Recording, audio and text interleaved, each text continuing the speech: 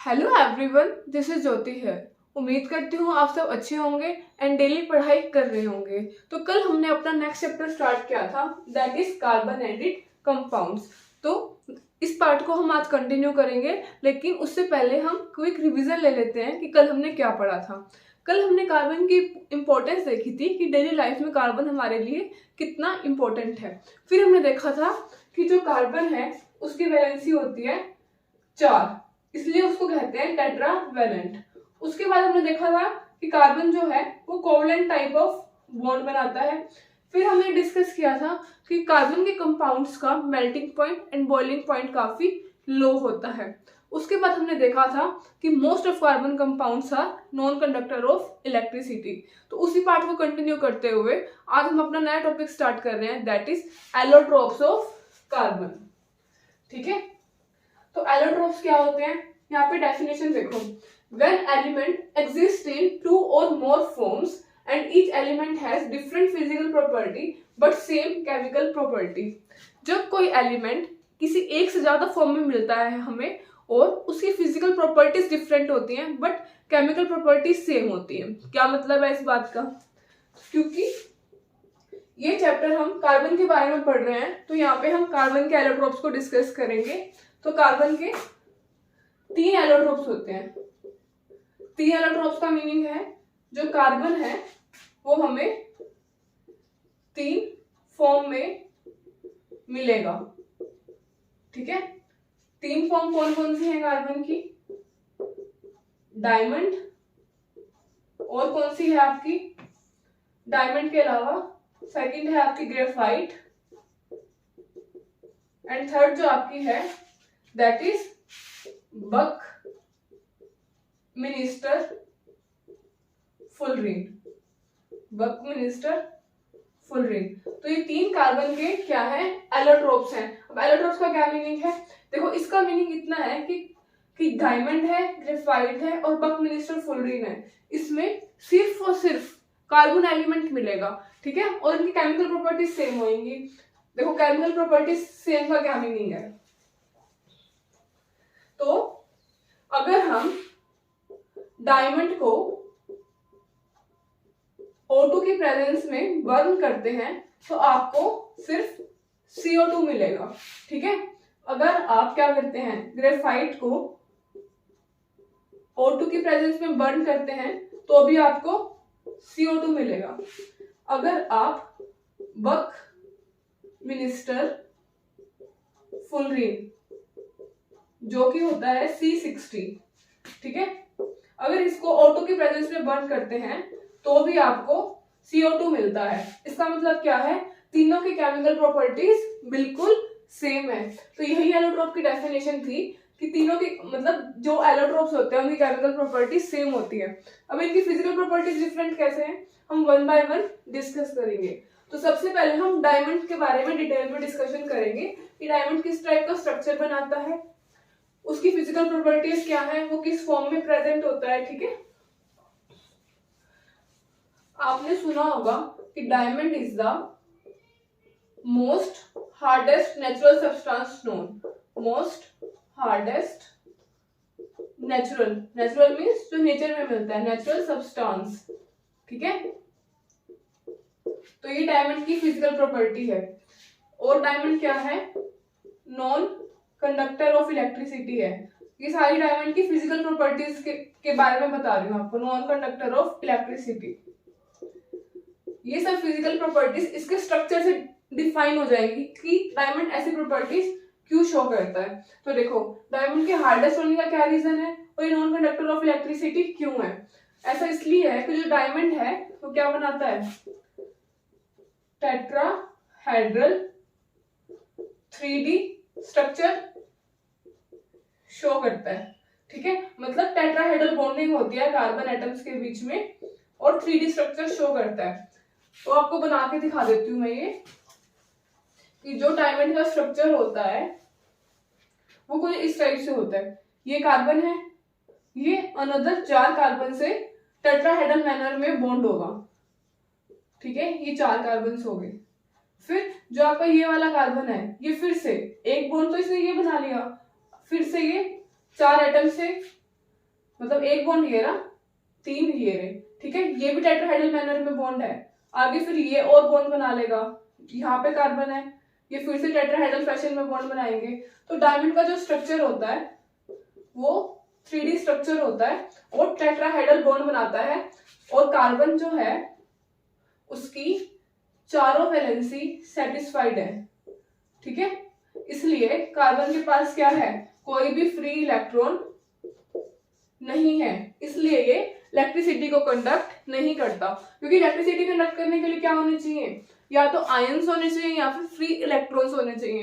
तो क्योंकि कार्बन क्या है, ऑक्टेट पूरा है, इसके पास कोई भी फ्री इलेक्ट्रॉन्स नहीं है, इसलिए ये इलेक्ट्रिसिटी को कंडक्ट नहीं करता। इसके 3D स्ट्रक्चर में होने की वजह से ये बहुत हार्ड होता है, ठीक है। ये इतना हार्ड होता है कि रॉक्स को कट करने के लिए भी हम इसे यूज करते हैं, हम इसे ग्लास को कट करने के लिए भी यूज करते हैं, ठीक है। और डायमंड की एक और प्रॉपर्टी होती है कि वो ज्वेलरी में यूज करते हैं, हम उसे ज्वेलरी में हम इसे क्यों यूज करते हैं, क्योंकि ये लाइट को रिफ्लेक्ट भी कर सकता है, रिफ्लेक्ट भी कर सकता है, ठीक है। इसलिए इसकी ब्राइट अपीयरेंस होती है, इसलिए हम इसे ज्वेलरी में यूज करते हैं। लेकिन अगर हम इससे अपोजिट ग्रेफाइट की बात करें, ग्रेफाइट भी तो कार्बन से बना हुआ है, लेकिन जैसा कि हमें पता है कि ग्रेफाइट और डायमंड एक दूसरे के एलोट्रोप है, मींस इनकी फिजिकल प्रॉपर्टीज डिफरेंट है। तो ग्रेफाइट डायमंड से किस वे में अलग है, ग्रेफाइट ग्रे कलर का होता है, ओपेक होता है, ओपेक मींस जिसके आर पार हम नहीं देख सकते, और सॉफ्ट होता है, स्लिपरी होता है। इससे अपोजिट हमने डायमंड में क्या देखा था कि वो हार्ड होता है, और डायमंड आपका ट्रांसपेरेंट भी होता है, ठीक है। Graphite is grey, opaque, soft and slippery. Graphite is the good conductor of electricity. जबकि डायमंड क्या था, बैड कंडक्टर ऑफ इलेक्ट्रिसिटी था। अभी गुड कंडक्टर क्यों है, मैंने आपसे कल थोड़ा सा इसके बारे में डिस्कस भी किया था कि जो ग्रेफाइट का स्ट्रक्चर होता है उसमें जो कार्बन होता है वो सिर्फ अदर 3 कार्बन एटम से बॉन्डेड होता है, उसका जो एक वैलेंस इलेक्ट्रॉन होता है वो फ्री रहता है। इसलिए जो ग्रेफाइट है वो इलेक्ट्रिसिटी को कंडक्ट कर सकता है। तो हम एक बार ग्रेफाइट का स्ट्रक्चर बना के देख लेते हैं।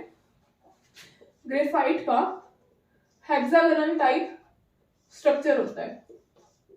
ये तो ग्रेफाइट की होगी मान लो 1 लेयर, तो ग्रेफाइट के स्ट्रक्चर में बहुत सारी हेक्सागोनल लेयर्स प्रेजेंट होती हैं, ठीक है। तो ये ग्रेफाइट का स्ट्रक्चर है, ठीक है। तो ये फर्स्ट लेयर है, ये सेकंड लेयर है। आप यहाँ पे क्लियरली देख सकते हो जो ये कार्बन एटम्स हैं ये 3 अदर कार्बन एटम के साथ कनेक्टेड है। यहाँ पे भी देख लो 3 अदर कार्बन के साथ कनेक्टेड है। तो सारे कार्बन 3 कार्बन एटम के साथ कनेक्टेड होते हैं, और जो ग्रेफाइट है वो लेयर्ड स्ट्रक्चर होता है, ठीक है। इसमें बहुत सारी लेयर्स होती हैं हेक्सागन की, ठीक है। और इन लेयर्स के बीच में कौन सी अट्रैक्शन होती है, इनके बीच में होती है आपकी weak van der Waals force of attraction होती है। ये लेयर्स थोड़ी दूर दूर होती है, इसलिए इनके बीच में कोवलेंट बॉन्ड नहीं बन पाता, इसलिए इनके बीच में कौन सी अट्रैक्शन होती है, weak van der Waals force of attraction होती है। यही रीजन है कि जो ग्रेफाइट है वो सॉफ्ट होता है। आपने देखा होगा कि जो पेंसिल में लेड होता है वो ग्रेफाइट का बना हुआ होता है।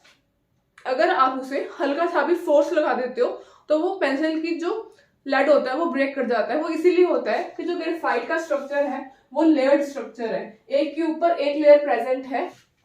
जो एक के ऊपर एक लेयर है वो एक दूसरे के ऊपर स्लाइड कर सकती है। स्लाइड का मतलब है, देखो वो एक के ऊपर एक स्लाइड कर सकती है। क्यों? क्योंकि इनके बीच में weak van der Waals force of attraction है। जैसे ही आप हल्का सा भी फोर्स लगाओगे तो ये लेयर्स एक दूसरे के ऊपर स्लाइड कर जाएंगी और क्या हो जाएगा, ग्रेफाइट का स्ट्रक्चर ब्रेक हो जाएगा, ठीक है। इसलिए ग्रेफाइट क्या है, सॉफ्ट इन नेचर है। इसी सॉफ्टनेस की वजह से इसको हम मशीन में एज ए लुब्रिकेंट भी यूज कर सकते हैं, ठीक है। और क्योंकि जो कार्बन एटम है वो अनदर 3 कार्बन एटम से कनेक्टेड है और हर कार्बन के पास एक इलेक्ट्रॉन फ्री है, इसीलिए इसे ड्राई सेल में एज ए इलेक्ट्रोड भी यूज करते हैं। क्यों? क्योंकि ये इलेक्ट्रिसिटी को कंडक्ट कर सकता है, ठीक है। तो आपने ग्रेफाइट का स्ट्रक्चर भी अच्छे से देख लिया, डायमंड की प्रॉपर्टीज भी देख ली। आप देख पा रहे होंगे कि इन दोनों की फिजिकल प्रॉपर्टीज में काफी ज्यादा डिफरेंस है, जबकि केमिकल प्रॉपर्टीज इनकी बिल्कुल सेम थी। जब हम तीनों को बर्न करेंगे in the presence of O2, क्योंकि आपको पता है कि बर्निंग के लिए O2 की रिक्वायरमेंट होती है, तो तीनों क्या रिलीज करेंगे, कार्बन डाइऑक्साइड, और कुछ भी नहीं बचेगा, क्योंकि जो ये तीनों एलोट्रोप्स हैं ये कार्बन से मिलकर बने हुए हैं, ठीक है।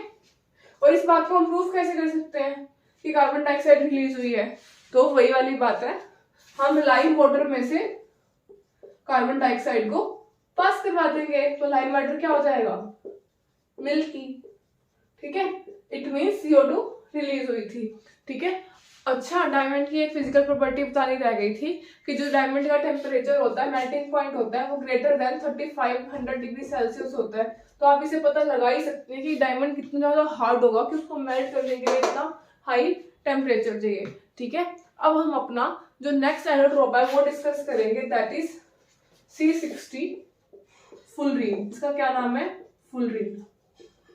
इसका स्ट्रक्चर कैसा होता है, यहाँ पे आपको दिख जाएगा। तो जो इसका स्ट्रक्चर होता है that is like football shape, ठीक है।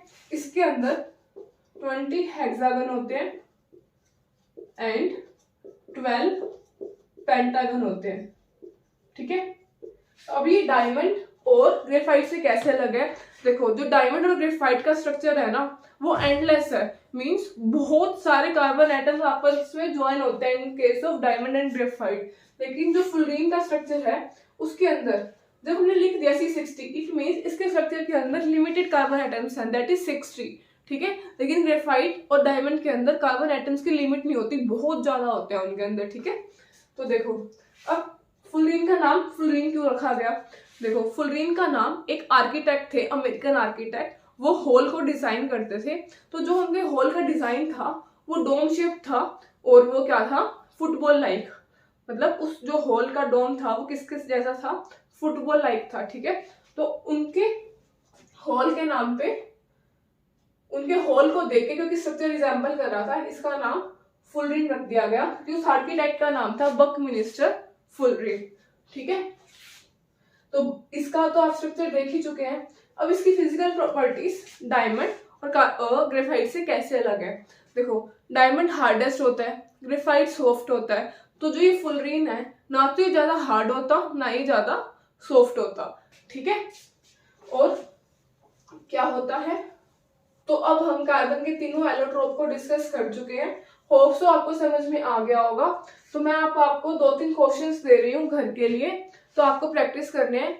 तो अगर आपको समझ ना आए तो आप कमेंट सेक्शन में मेंशन कर सकते हो, और इस वीडियो के डिस्क्रिप्शन में आपको हमारे सोशल हैंडल्स का लिंक मिल जाएगा, आप उसे ज्वाइन कर सकते हो, और कोई भी डाउट रहता है तो आप पूछ सकते हो। तो थैंक यू, नेक्स्ट लेक्चर में मिलते हैं।